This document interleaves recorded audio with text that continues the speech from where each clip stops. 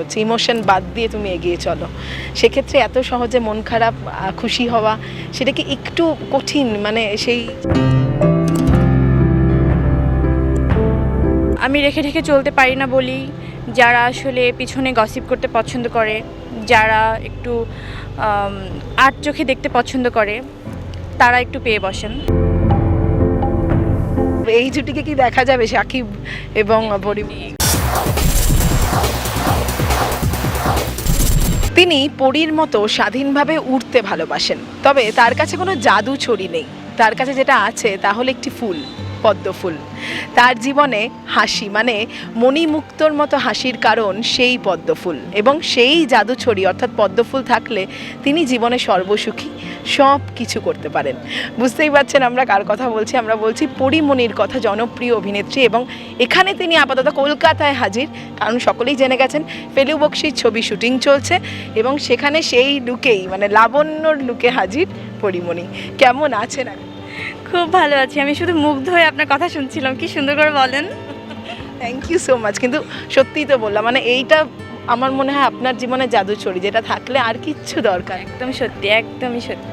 তো আমি দেখছিলাম যে অভিনেত্রী তো বটেই, মা হওয়া মানে তাকে খাওয়ানো নিজে হাতে, এটা পুরোটা মানে যেটা হয় যে ব্যস্ত থাকার কারণে এক জায়গায়, সেখানে অন্য কারণে মানে সন্তানকে ঠিক আছে আরেকজন খাওয়াচ্ছেন বা একটু সময় কম দেওয়া, সেটা একেবারেই না, ওই দিকটা বোধহয় একটুও ছাড় দিতে রাজি না। না, আমি এই কাজটা আমি তো ওইভাবে কাজে কেন হ্যাঁ করতে পারি না সবাইকে, কারণ একটাই, বাবুর কমফোর্ট জোনটা আমার এনশিওর করতে হয় প্রথমেই, কারণ ওর বেলায় কোনো কম্প্রোমাইজ আমি করতে চাই না।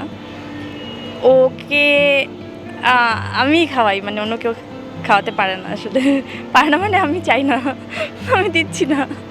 মানে সেরা অভিনেত্রী হওয়ার পাশাপাশি সেরা মাও, কিন্তু এটা বলা যেতেই। সেরা তো আমি জানি না, আমি এটা বিশ্বাস করি যে আমি আমার 100% ট্রাই করি, হয়তো পারফেক্টলি পারি না, বাট আমি 100% ট্রাই করি।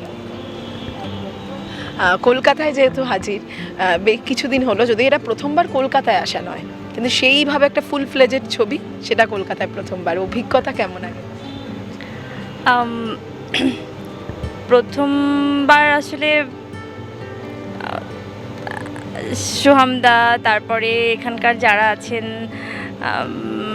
মধুমিতা, ওদের সাথে যখন দেখা হলো আমার একবারের জন্য মনে হয়নি, বিশেষ করে মধুমিতা, আমার একটু মনে হয়নি যে আমি প্রথমবার দেখছি বা প্রথমবার কাজ করছি।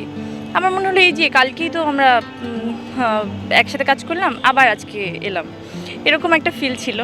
এটা খুবই ইম্পর্টেন্ট ছিল আমার জন্য, মানে কাজটা অনেক সহজ হয়, অনেক আন্তরিকতার মধ্যে আসলে আমরা কাজটা করতে পারি। তো এটা আমার জন্য অনেক ভালো একটা অভিজ্ঞতা। আমি সুন্দর একটা জার্নি নিয়ে বাড়ি ফিরছি।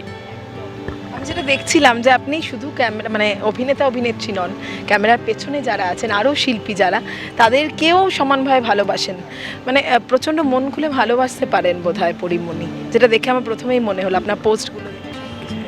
হ্যাঁ, মানে একটা ফ্যামিলি হয়ে যায়। দেখেন, এতদিন একসাথে আমরা যখন থাকি, একসাথে খাওয়া দাওয়া, একসাথে ওঠা বসা, একসাথে এত দিনের প্রায় পুরোটা সময়ই তাদের সাথে থাকা একটানা এতগুলো দিন, তখন হয় কি মানে ফ্যামিলি হয়ে যায় ব্যাপারটা। হ্যাঁ, যিনি আমার বাবার চরিত্র করছেন, তাকে আমার বাবা ফিলই হয়, মানে ওই একটা ঘরোয়া পরিবেশ হয়ে যায় যে এটা আমার ফ্যামিলি। এতটা ভালোবাসা নিজে থেকে দেন, সেই ভালোবাসা পাওয়ার এক্সপেকটেশনটাও কি থাকে? মানে যত ভালোবাসা দেবেন, যত ভালোবাসেন, তত ধাক্কা বেশি। সেক্ষেত্রে কি আমি কিন্তু দেখছি আপনি বদলান না, মানে সবাই তোমাকে ভালোবাসেই, তো আমি হ্যাপি, কোনো কিছু নিয়ে প্রবলেম নেই। তো যেটা বলছিলাম, এখানে আপাতত আমি যেটা দেখছিলাম যে ব্যাকপ্যাক নিয়ে রেডি একেবারে ওখানে যাওয়ার জন্য, এবং আপনার পোস্টগুলো যদি দেখি, আপনি খুব সহজে খুব ছোট ছোট জিনিসে নস্টালজিক হয়ে যান, ইমোশনাল হয়ে যান, ভীষণ ছোট জিনিস বোধহয় ছুঁয়ে যায়, মানে বিশাল। হ্যাঁ হ্যাঁ, আসলে মানুষ তো তাই, আমার মনে হয় এরকমই, ছোট ছোট জিনিস অনেক বেশি ইম্পর্ট্যান্ট হয়ে দাঁড়ায় কখনো কখনো জীবনে। যেমন আপনাদের কলকাতায় হলুদ ট্যাক্সি চলবে না, এটা শুনে আমার কী যে মন খারাপ হলো, কারণ কলকাতা মানেই তো হলুদ ট্যাক্সি, এগুলো আমরা না দেখলে কেমন লাগে, খালি খালি লাগবে আমার। আমি খুব মিস করবো এটাকে। তো এই এত সহজে মন খারাপ হওয়া, এত সহজে এখন তো আমাদের মেশিনের মতো হয়ে যেতে হচ্ছে, ইমোশন বাদ দিয়ে তুমি এগিয়ে চলো, সেক্ষেত্রে এত সহজে মন খারাপ খুশি হওয়া সেটা কি একটু কঠিন? মানে সেই হ্যাঁ, সবার সাথে অ্যাডজাস্টের তো একটা ব্যাপার থাকেই, সেখান থেকে তো ডেফিনেটলি একটু প্রবলেমে পড়তে হয়, কিন্তু ব্যাপার না, আমি কাটিয়ে উঠি। এই যে হাসিটা সবসময় দেখি, মিষ্টি হাসিটা, জীবনে বহু ঝড় গেছে ছোটবেলাতে, কিন্তু হাসিটা বোধহয় সবসময় রেখে গেছেন, এটা বোধহয় বুঝতে দেয়। হ্যাঁ, আমার আর এক নাম হাসি হওয়া উচিত। হ্যাঁ, এটা একটা ভালো জিনিস। হ্যাঁ, আমি তাই তো, ট্রু। হাসতে ভালোবাসেন খুব, হ্যাঁ। বা হয়তো বুঝতে দেন না কিছু, হাসিটা দিয়ে সব না, আমি ঢাকতে পারি না, আমার দুঃখ দেখা যায়, হাসি দিয়ে আমি কভার করতে পারি না, কিন্তু আমি চেষ্টা করি আমি দুঃখের মধ্যেও মানে হাসি খুশিটা থাকতে। যেটা বুঝেছি একদম স্বচ্ছ ট্রান্সপারেন্ট একজন মানুষ, আর এপিট ওপিট ডেফিনেটলি নিজের ব্যাপারে বলতে পারি, জোর দিয়েই বলতে পারি যে আমি স্বচ্ছ। সেক্ষেত্রে এত স্বচ্ছতা, সেটাও তো একটা কঠিন ব্যাপার, মানে মুখোশ দুটো আলাদা হওয়া উচিত বলা হয়। আমি যদি একটু রেখে ঢেকে চলতাম তাহলে মানুষের কাছে সব থেকে সোকল ভালো মানুষটা আমি হতাম, তাহলে আমাকে নিয়ে এত এত নেগেটিভিটি, এত কথা, এত চর্চা, এত নিন্দে কখনোই হতো না। আমি রেখে ঢেকে চলতে পারি না বলি যারা আসলে পিছনে গসিপ করতে পছন্দ করে, যারা একটু আট চোখে দেখতে পছন্দ করে, তারা একটু পেয়ে বসেন এবং তারাই জিনিসটাকে অনেক মানে অনেক রসালো করে বানিয়ে একটা মানুষকে হেয় করা বলেন, ওই যে হিউমিলেট করা বলেন, এটা খুব সুন্দরভাবেই চালিয়ে যেতে পারেন। এবং তাদেরকে বলি যে দেখেন, দিন শেষে তো সবার জীবন তো আমরা সুন্দরই দেখতে চাই, প্রত্যেকটা জীবনকেই আসলে আমরা সুন্দর বলি, জীবন সুন্দর। তো জীবনটাকে আসলে সুন্দর করতে হলে একটু কি এগুলো ছাড়া আমরা চলতে পারি না? আমার মনে হয় এটা একটু ফোকাস রাখা উচিত নিজেদের। যখন আমি পরনিন্দা করব, এই জন্য যেই টাইমটুকু, সেটুকু যদি আমি আমার পেছনে দেই, আমি আমার কাজের পেছনে দেই, সেটা অনেক। আর কিন্তু আমি কি হয়, আমাকে কেউ কিছু বললে, আমি ধর আমি তাকে চিনি না, আমার একটু গায়ে লাগবে না, কারণ আমি যাকে চিনি না, জানি না, সে কি বললো সেটা আমার জীবনে কেন কোনো কারণ হয়ে দাঁড়াবে, আমার কিচ্ছু যায় আসে না।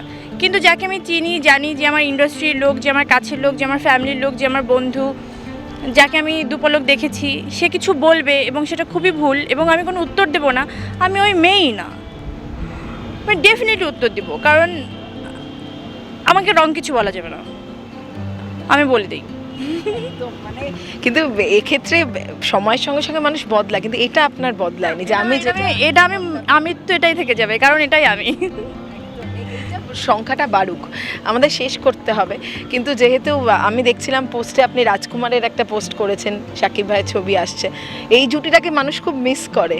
কিছুদিন আগে আবার দ্বিতীয়বার করে আপনাদের ছবি হলে দেখানো হলো, তো এই জুটিকে কি দেখা যাবে, শাকিব এবং পরিমণি? খুবই তাড়াতাড়ি দেখা যাবে, কারণ একটা খুব সুন্দর একটা কাজের প্ল্যান হচ্ছে। আগে থেকে তো আসলে এভাবে বলা যায় না, আমারও তো সব কিছু মিলে একটু টাইম লাগবে। আর শাকিব খানের লম্বা একটা শিডিউল কিন্তু লক করা। হ্যাঁ, এটার জন্য আমি খুবই হ্যাপি, কারণ আমার একটু রেডি হতে টাইম লাগবে, তো তো আমি ভাবি ঠিক আছে, এটা একদম পারফেক্ট। শাকিব ভাই ওই শিডিউলগুলো একটু শেষ করুক, আমি একটু ফিটফাট হয়ে নিই। শেষ করব দুটো প্রশ্ন দিয়ে। একটা হচ্ছে জীবনের দুটো মুহূর্ত যেটা রাখতে চান সবসময় এবং যেটা ভুলে যেতে চান, দুটো স্মৃতি, ছোট ছোট যেটা ভুলে যেতে চাই, এবং যেটা রাখতেও চান সব সারা জীবন। আমি এটা নামাজ পড়ে আল্লাহর কাছেও বলেছিলাম যে আল্লাহ, আমি নানু ভাইকে ভুলে যেতে চাই, মানে নানু ভাই যে নেই এটা আমি ভুলে যেতে চাই, কোনোভাবে আমি ভুলতে পারি না, এটা আমাকে খুব কষ্ট দেয়, সো আমি আসলে এটা ভুলে যেতে চাই। আমি জানি না, ওই নামাজ পড়ে যখন আমি সিজদায় যে আল্লাহর কাছে আমি বললাম যে আল্লাহ আমাকে ভুলিয়ে দাও, আমি কোনো মানে মনেই করতে চাই না নানু ভাইয়ের কথা, সেদিন থেকে আরও বেশি মনে পড়ে। আমি এই জন্য আর ভুলতে চাই না, মানে কিছু করার নেই। আর মনে রাখতে চাওয়া,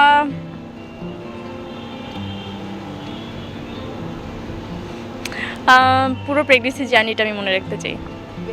বেস্ট উপহার পেয়েছেন। শেষ করব, শেষে লাবণ্য হিসেবে তো দুর্দান্ত দেখাচ্ছে, কি বলবেন লাবণ্যকে নিয়ে? যেহেতু একটা এরকম ছবি, সেখানে লাবণ্যকে একটু সন্দেহজনক চরিত্র হতে চলেছে।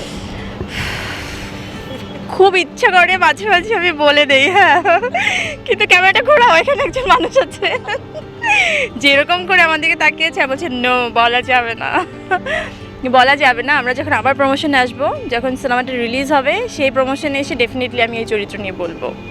দর্শকদের কি বলবেন এপার বাংলার এবং ওপার বাংলার, যারা আপনাকে খুব ভালোবাসেন সব? যারা আমাকে ভালোবাসেন, আমি তাদের জন্যই এখানে দাঁড়িয়ে, আমি তাদের জন্যই আসলে সব কিছু সামলে সুন্দর সুন্দর কাজ করার জন্য নিজেকে তৈরি করছি, নিজেকে তৈরি করে যাচ্ছি। আপনাদের জন্যই আমি এই সাহসটা পাই, এই ভালোবাসা আছে বলেই আমার মনে হয় আমার জীবনটা অনেক সুন্দর।